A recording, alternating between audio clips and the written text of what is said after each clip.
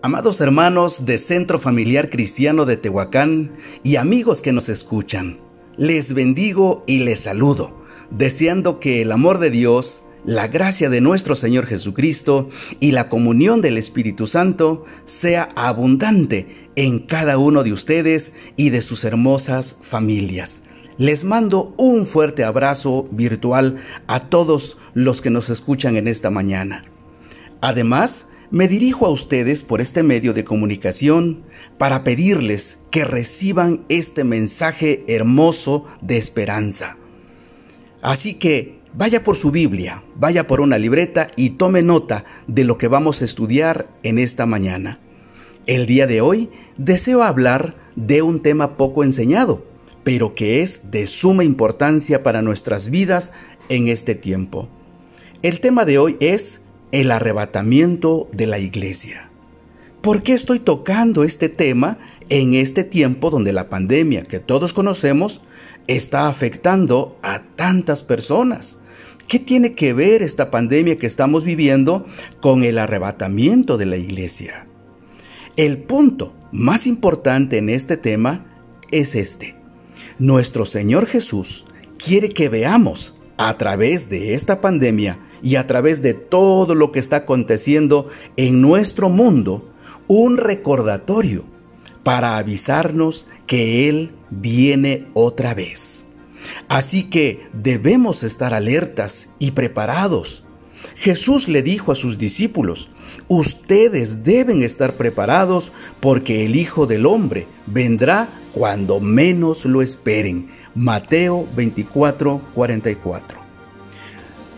Déjenme decirles que no necesitamos una fecha exacta para tomar en serio lo que dice Jesús.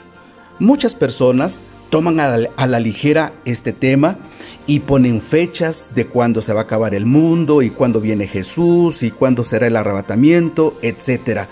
Pero Jesús dijo que nadie sabe ni el día ni la hora. Pero lo que dice es claro: estén alertas. Estén vigilantes, porque ustedes no saben cuándo llegará ese momento.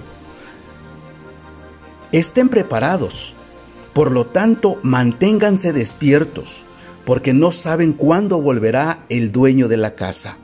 Lo que les digo a ustedes, se lo digo a todos: manténganse despiertos, alertas y vigilantes. Marcos 13, del 33 al 37.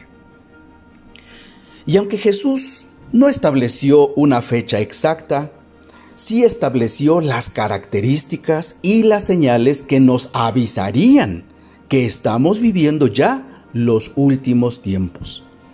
En el Evangelio de Lucas, por ejemplo, en el capítulo 21, verso 8 al 11, Jesús dijo: tengan cuidado, no permitan que nadie los engañe. Les digo esto porque muchos vendrán en mi nombre y dirán: yo soy el Cristo, y ha llegado la hora, pero no lo sigan. No tengan miedo cuando oigan sobre guerras y rebeliones. Todo esto tiene que pasar primero, pero el fin no vendrá hasta después. Jesús también les dijo: peleará nación contra nación y reino contra reino. Habrá grandes terremotos y en algunos lugares habrá épocas de hambre y enfermedades. Pasarán cosas horribles y vendrán señales milagrosas del cielo.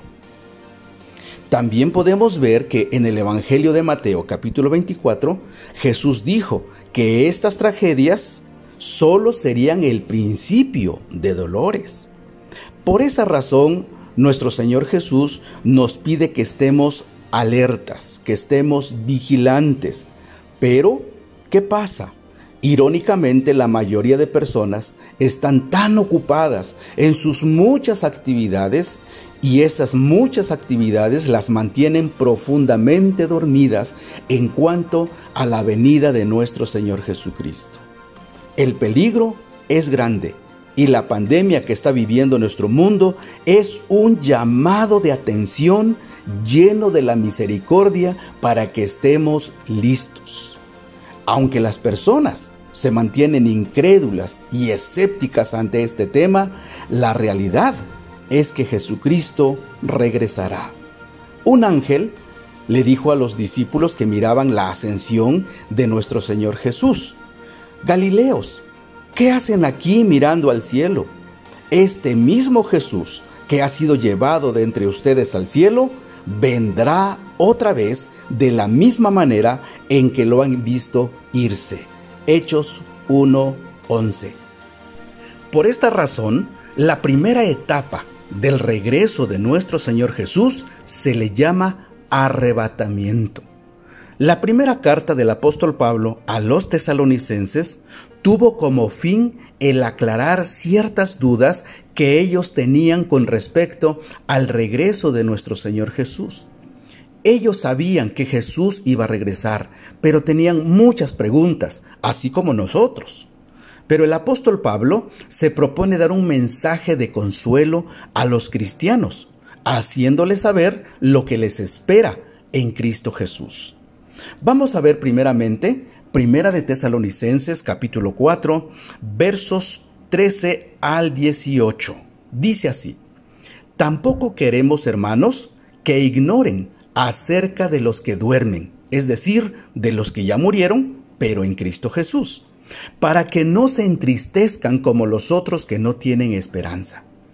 Porque si creemos que Jesús murió y resucitó, así también traerá Dios con Jesús a los que durmieron en él. Por lo cual les decimos esto en palabra del Señor, que nosotros que vivimos, que habremos quedado hasta la venida de nuestro Señor Jesús, no precederemos a los que durmieron, porque el Señor mismo, con voz de mando, con voz de arcángel y con trompeta de Dios, descenderá del cielo, y los muertos en Cristo resucitarán primero. Luego nosotros los que vivimos, los que hayamos quedado todavía, seremos arrebatados. De ahí surge el término arrebatamiento. Seremos arrebatados juntamente con ellos en las nubes para recibir al Señor en el aire, y así estaremos siempre con el Señor. Por tanto, aliéntense, fortalézcanse los unos a los otros con estas palabras. Permítame leerles también Primera de Tesalonicenses capítulo 5 del 1 al 6, que dice: Pero acerca de los tiempos y de las ocasiones, no tienen necesidad, hermanos míos, de que yo les escriba, porque ustedes saben perfectamente que el día del Señor vendrá así como ladrón en la noche, que cuando digan paz y seguridad, entonces vendrá sobre ellos destrucción repentina, como los dolores a la mujer embarazada, y no escaparán. Pero ustedes, hermanos, no están en tinieblas para que aquel día los sorprenda como ladrón, porque todos ustedes son hijos de luz e hijos del día. No somos de la noche ni de las tinieblas. Por tanto, no durmamos como los demás, sino velemos y seamos sobrios. Qué hermosas palabras. Por algo el apóstol Pablo escribe esto para fortalecer la fe de nuestros hermanos que vivían en Tesalónica. Pero vamos a comenzar por conocer el significado de arrebatamiento. ¿Qué significa esta palabra? ¿Qué es arrebatamiento? Arrebatamiento tiene un significado muy simple y muy sencillo. Significa quitarle a alguien algo que no le pertenece. Todos sabemos que casi desde el principio de este mundo, Satanás es el que tiene el control y la potestad de esta tierra. Por algo se le conoce como el príncipe de este mundo. Eso quiere decir que aún los cristianos estamos viviendo dentro de un sistema mundano controlado por el diablo. Por eso Jesús dijo que aunque vivimos en este mundo, no somos de este mundo. Llegará el momento en que Jesús vendrá otra vez y nos arrebatará, es decir, nos sacará violentamente de este mundo para no sufrir la tribulación que este mundo sufrirá. En el Antiguo Testamento, por ejemplo, nos encontramos con dos casos de personas que fueron arrebatadas por Dios. En Génesis capítulo 5, verso 24, tenemos la hermosa experiencia de Enoc. La Biblia nos dice que Enoc fue arrebatado por Dios, es decir, fue tomado por Dios y se lo llevó así, vivo. De la misma manera tenemos la historia del gran profeta Elías en 2 de Reyes capítulo 2 y verso 11, donde la Biblia nos enseña que una carreta con caballos de fuego se llevaron al profeta Elías para estar con la presencia de Dios. Estas dos personas no vieron ni sufrieron la muerte física. Así que en el Nuevo Testamento también tenemos la promesa del arrebatamiento de los que pertenecemos a Cristo Jesús. Pero mejor vamos a empezar de cómo Pablo les hablaba a los cristianos en Tesalónica y a todos los cristianos en general. En 1 de Tesalonicenses, capítulo 4 y verso 13, dice: tampoco queremos, hermanos, que ignoren acerca de los que duermen. Es interesante cómo Pablo utiliza la palabra duermen para referirse a aquellos que han muerto en el Señor. Para Pablo, los creyentes en Cristo Jesús no mueren, sino que duermen, porque llegará el momento en que despertarán y se levantarán. Cuando Cristo fue a resucitar a la hija de Jairo, dijo: la niña no está muerta, sino que duerme. Mateo 9:24. Cuando le dieron la noticia al Señor de que Lázaro, su amigo, había fallecido, el Señor dijo: nuestro amigo Lázaro duerme, mas voy para despertarle. Jesús sabía que Lázaro había muerto, pero para él solamente estaba dormido. Dormir vino a ser entonces un término usado para aquellos que morían con la esperanza de la resurrección. Por ejemplo, también tenemos la historia de Esteban. Cuando Esteban fue apedreado a causa de su fe, se puso de rodillas y clamó a gran voz diciendo: Señor, no les tomes en cuenta este pecado. Y habiendo dicho esto, durmió. Hechos 7:60. También en 1 Corintios 15:20 dice: mas ahora Cristo ha resucitado de los muertos, primicias de los que durmieron es hecho. Antiguamente a los cementerios se les llamaba panteones. Era el nombre usado entre los griegos. Pero desde el tiempo de Cristo en adelante, a los panteones se les empezó a llamar cementerios. Esta palabra en griego significa el lugar de los que duermen. Precisamente en Tesalónica fue encontrada una antigua inscripción cristiana que dice: el lugar de los que duermen hasta el día de la resurrección. Pablo continúa su carta a los tesalonicenses diciendo: para que no se entristezcan como los otros que no tienen esperanza. En otras palabras, lo que Pablo está diciendo es: no se llenen de aflicción, no estén en constante ansiedad, no vivan en congoja, ya que después de la muerte hay una esperanza muy hermosa para todos los hijos de Dios. Cristo lo dijo de esta manera: yo soy la resurrección y la vida. El que cree en mí, aunque esté muerto, vivirá. Pablo también nos hace ver que si creemos que Jesús murió y resucitó, así también traerá Dios con Jesús a todos los que durmieron en él. Como podemos ver, Pablo nos consuela haciéndonos saber que llegará el momento en que el Señor tocará una trompeta final y entonces los cristianos, los hijos de Dios que creyeron en Cristo Jesús, pero que ya murieron y que duermen, resucitarán primero. porque el Señor mismo, con voz de mando, con voz de arcángel y con trompeta de Dios, descenderá del cielo, y los muertos en Cristo resucitarán primero. En Isaías 27:13 también dice que se oye el ruido de una trompeta que anuncia la restauración del pueblo de Dios, juntándole de los 4 cabos de la tierra. Hermanos míos, Dios siempre nos avisa, de una manera u otra, pero Él siempre avisa a su pueblo lo que va a hacer. Y así también nos avisa a nosotros, sus hijos, lo que Él va a hacer en nuestros días. Por eso tenemos que estar alertas y atentos a su llamado.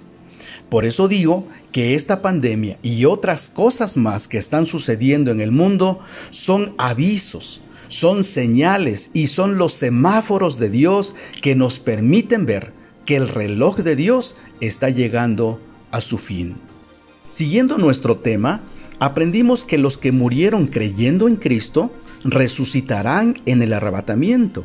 Sin embargo, la esperanza no es solo para ellos, sino también para los que estemos vivos. El apóstol Pablo dice: luego nosotros, los que vivimos, los que hayamos quedado, seremos arrebatados juntamente con ellos, es decir, con los que habían muerto creyendo en Cristo. En las nubes nos juntaremos para recibir al Señor en el aire, y así estaremos siempre con el Señor. Cuando nosotros lo recibamos en el aire, estaremos ya para siempre con Él, y nada nos podrá separar de Él. Pablo nos exhorta a los cristianos a que nos consolemos con estas palabras los unos a los otros, para que nunca llegue a existir una duda acerca de lo que va a acontecer. También nos dice que acerca del tiempo y de las ocasiones, Él no tiene necesidad de escribirnos, porque nosotros sabemos que el Señor va a venir de repente, como ladrón en la noche, cuando menos se le espere. La Biblia dice que cuando digan paz y seguridad, entonces vendrá sobre ellos destrucción repentina, como los dolores de la mujer embarazada, y no escaparán. Por eso, hermanos míos, no podemos estar en tinieblas para que aquel día nos sorprenda como ladrón. Todos nosotros somos hijos de luz, somos hijos del día, no somos hijos de la noche ni de las tinieblas. Por lo tanto, no durmamos como los demás, sino velemos y seamos sobrios. Pues los que duermen, de noche duermen, y los que se embriagan, de noche se embriagan. Pero nosotros que somos del día, seamos sobrios, habiéndonos vestido con la coraza de fe y de amor y con la esperanza de salvación. Porque no nos ha puesto Dios para ira, sino para alcanzar salvación por medio de nuestro Señor Jesucristo, quien murió por nosotros, para que ya sea que vivamos o que durmamos, vivamos juntamente con Él para toda la eternidad. Por tanto, amados míos, les animo a vivificar su fe. Aviva tu comunión con Dios. Habla a tus familiares y a tus amigos de este gran evento para que ellos también formen parte de este arrebatamiento. Crean o no crean, nosotros debemos hablarles a nuestros amigos, a nuestros familiares de este tema tan importante. Recuerden que este arrebatamiento será exclusivo para los hijos de Dios que creen en Cristo y lo han aceptado como su Salvador y Señor personal.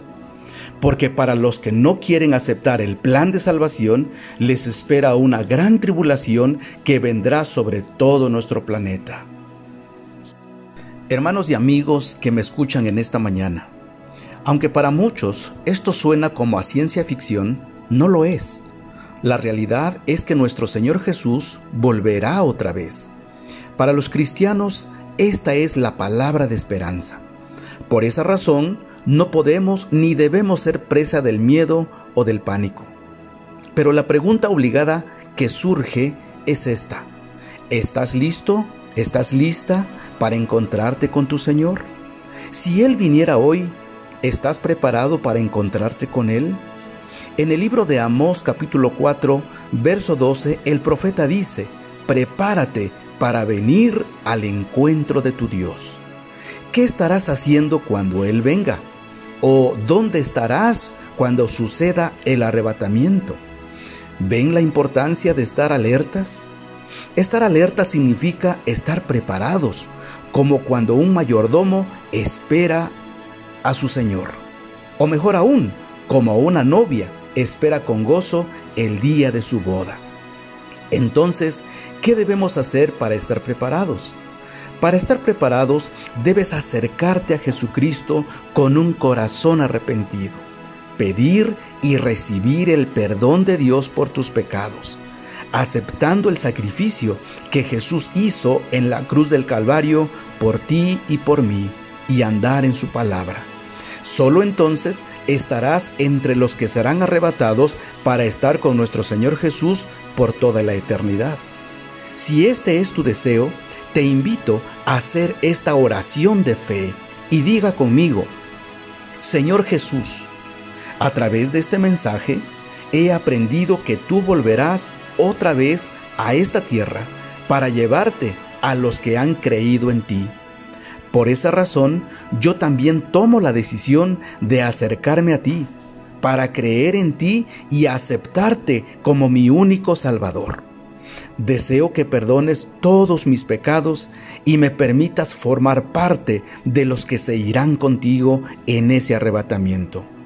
Todas estas cosas te las pido y te las agradezco en tu bendito nombre. Amén.